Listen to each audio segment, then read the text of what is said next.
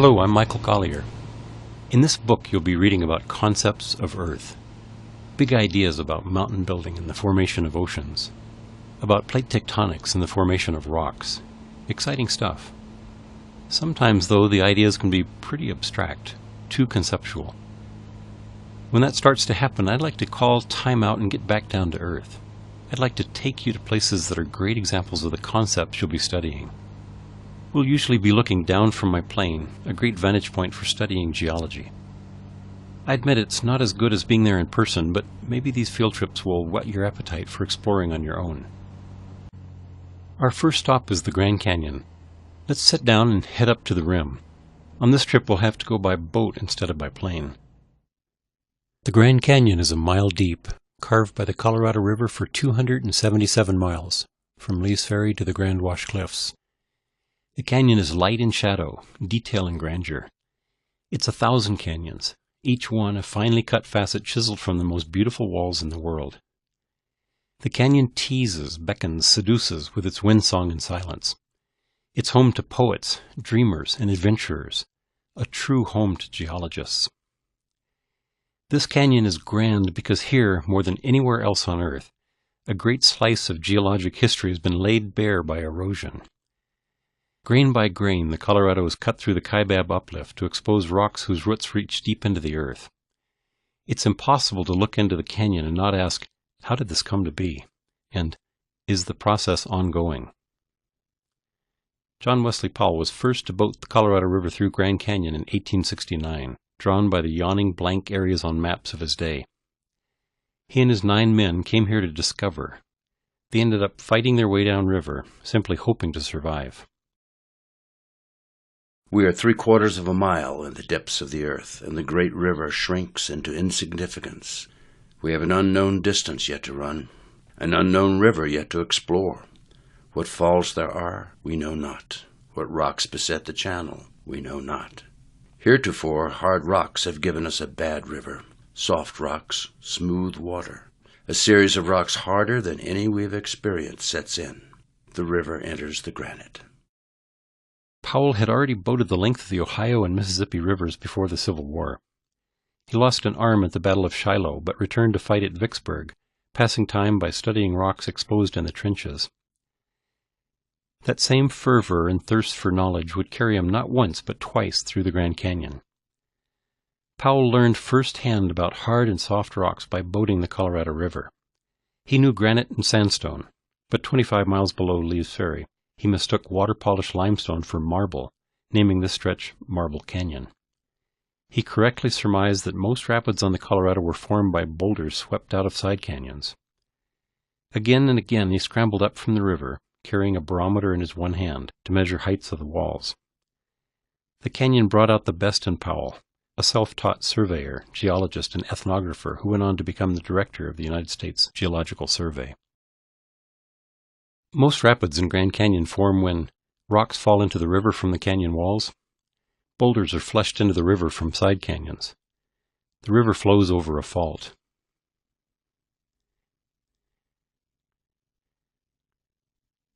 John Wesley Powell correctly figured out that most rapids in the Grand Canyon form when rocks are flushed into the river from side canyons. As wonderful as it is to be inspired by the color and texture and dimensions of the Grand Canyon, it's even more moving to understand the canyon's essence, its rocks, its sand, its water. As satisfying as it is to be a poet here, imagine what it's like to be a geologist. The Grand Canyon inspires one not only to revel in its beauty, but also to delve into its mysteries, the perfect intersection of art and science. Many geologists have followed in Powell's footsteps. Joel Anima works with a team of U.S. Geological Survey scientists who study how the Colorado River transports sand through Grand Canyon. In the biggest sense, the question matters because erosion and sediment transport are responsible for creation of the canyon. But the topic is also more immediately relevant because Glen Canyon Dam stands just upstream astride the Arizona-Utah border. The dam's reservoir, ironically named Lake Powell, trapped sediment that had previously been carried downstream. Deprived of that sand, beaches and bars in Grand Canyon are now shrinking, and life is more difficult for some plants and animals along banks of the river.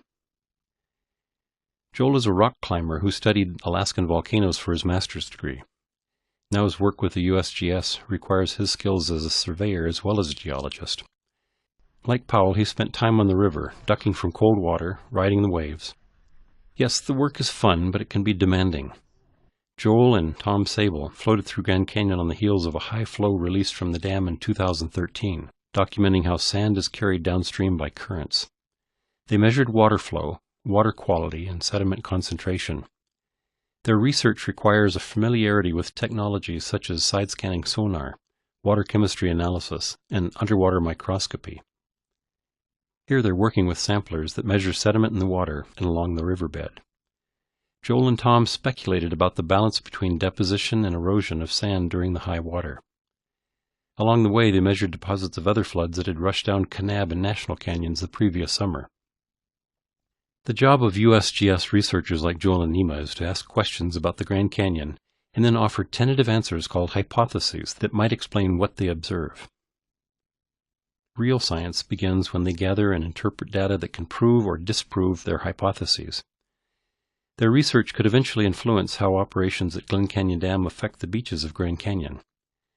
To be effective in the long term, they also have to consider the implications of such phenomenon as drought and climate change. In a broader sense, they work at the crossroads of many interlocking worlds that we call Earth's spheres: the geosphere, hydrosphere, biosphere, and atmosphere. Geologists appreciate that these worlds of rock, water, life, and air are all connected and interdependent. The Grand Canyon is a geologist's paradise because there's so much that has already been studied here, and because there's so much left to learn, both within the canyon and throughout the rest of the world. All of geology's basic building blocks are here: igneous, sedimentary, and metamorphic rocks. Many different types of geologists have explored the canyon. Stratigraphers have studied layers of its rocks. Paleontologists examine fossils like bryozoa and crinoid stems. A structural geologist is faced with faults and folds that are exquisitely exposed within the canyon. And a geomorphologist studies how the walls and floors of the canyon erode and evolve. The canyon's greatest lesson, though, is an appreciation for the vastness of geologic time. The Vishnu Schist, the oldest rock at the bottom of the canyon, was created at the heart of a mountain range 1.7 billion years ago, a third of the Earth's total age of 4.6 billion years.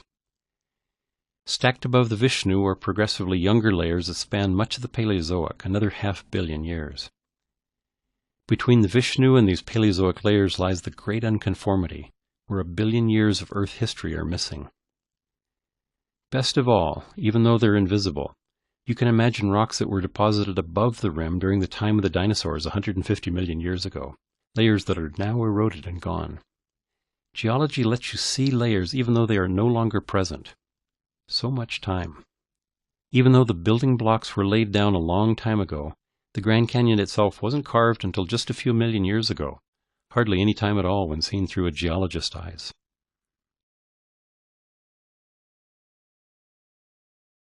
What did you learn? Beaches in Grand Canyon are threatened by loss of sediment in the Colorado River, too much sediment from side canyons.